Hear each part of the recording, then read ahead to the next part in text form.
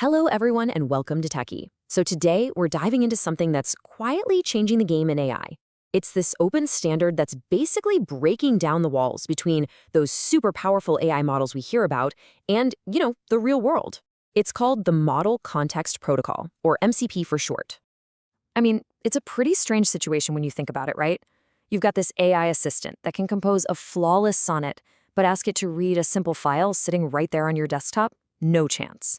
These amazing models are often totally cut off from our own stuff, our files, our apps, our data. And that fundamental disconnect? Well, that is exactly the problem MCP was designed to solve. Okay, so let's get into what's been going on. For the longest time, AI models have been stuck inside what you could call a walled garden. They're just sitting on some remote server, completely isolated from everything else. So if a developer wanted to connect that AI to, say, a company database, or some software API, or even just a folder on your own computer, they had to build a clunky, custom-made bridge for every single connection. And this really shows you what that looks like. On the left, that's the old way, just a tangled mess of custom connections. You want to connect your AI to your calendar? That's one bespoke job. Connect it to your code? That's a completely different one.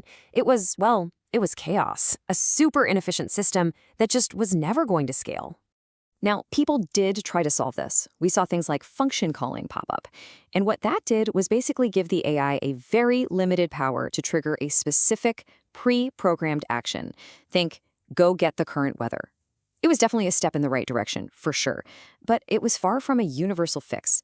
Every app had its own way of doing it, support was spotty, and the whole ecosystem was still just fragmented. And this is where the Model Context Protocol, or MCP, enters the scene. It's an open standard originally introduced by the folks at Anthropic, and it's designed to be that one universal connector, the thing that can finally break down those digital walls for good. Okay, I absolutely love this analogy because it just clicks.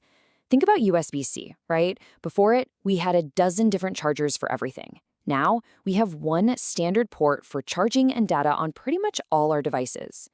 MCP aims to do the exact same thing, but for AI. It's one single, standard protocol for AI applications to plug into any tool or any data source out there. So, here's the most important thing to get straight. MCP isn't a piece of software you go out and buy. It's more like a rulebook, a shared language that's totally open source. The idea is simple. As long as the AI application on one side and the tool on the other are both speaking MCP, they can understand each other and work together perfectly.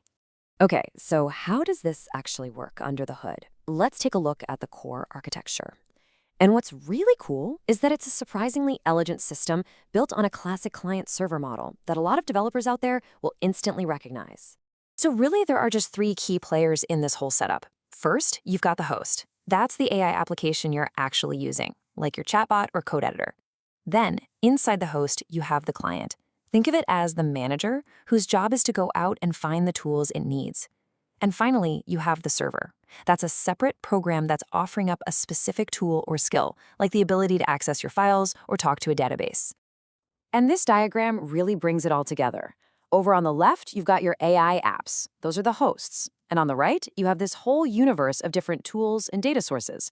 So what's in the middle? MCP. It's that standardized bridge connecting them.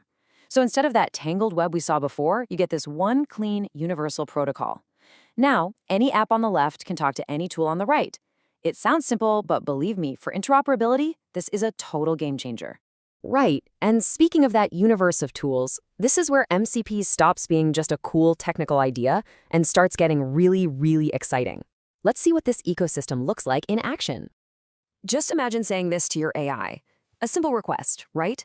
But before MCP, asking an AI to save a file to your local desktop was pretty much science fiction. The AI didn't even know what a desktop was. But with MCP, this kind of thing becomes, well, incredibly simple. So here's what happens behind the scenes. You make the request.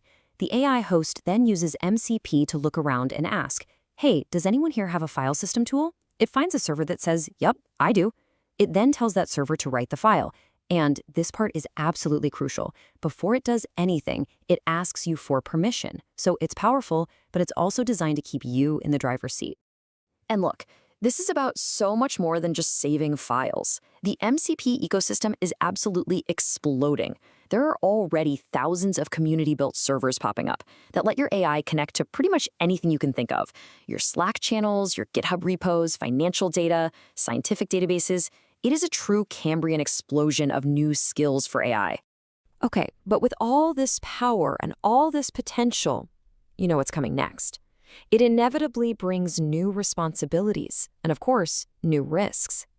So let's shift gears and talk about the future of this technology and the serious security challenges that we absolutely have to get right.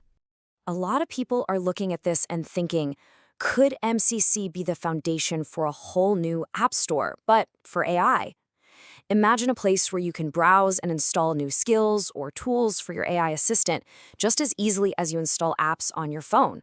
The potential there is just massive. But you know the saying, with great power comes great responsibility. That whole app store idea immediately brings up a huge question.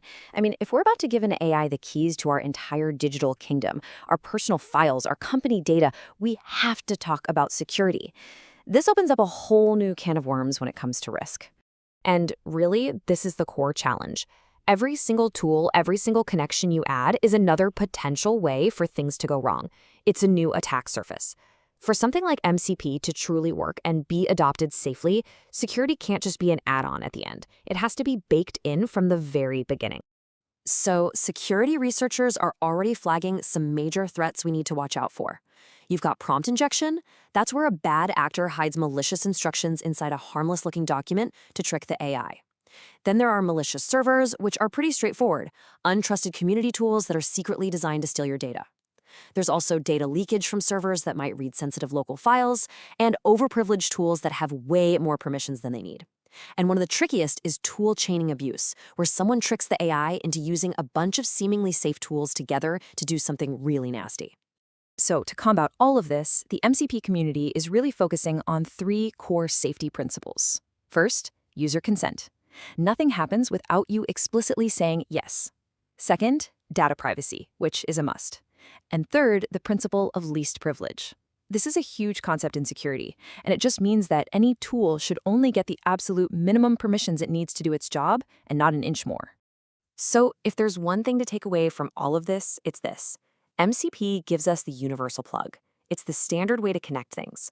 But making sure that connection is safe, well, that's a shared responsibility. It's on the protocol designers, it's on the developers making the tools, and ultimately, it's also on us, the users, to be smart about what we connect. And that brings us to a pretty fascinating final thought. The door is officially open. Your AI isn't trapped in that walled garden anymore. So I'll leave you with this question to chew on. Now that your AI can connect to basically anything, what's the very first tool you would give it access to? Hey, thanks so much for joining us for this explainer on MCP. If you learned something new, do us a favor and hit that like button. It really helps. And for more deep dives into the tech that is shaping our future, make sure you subscribe.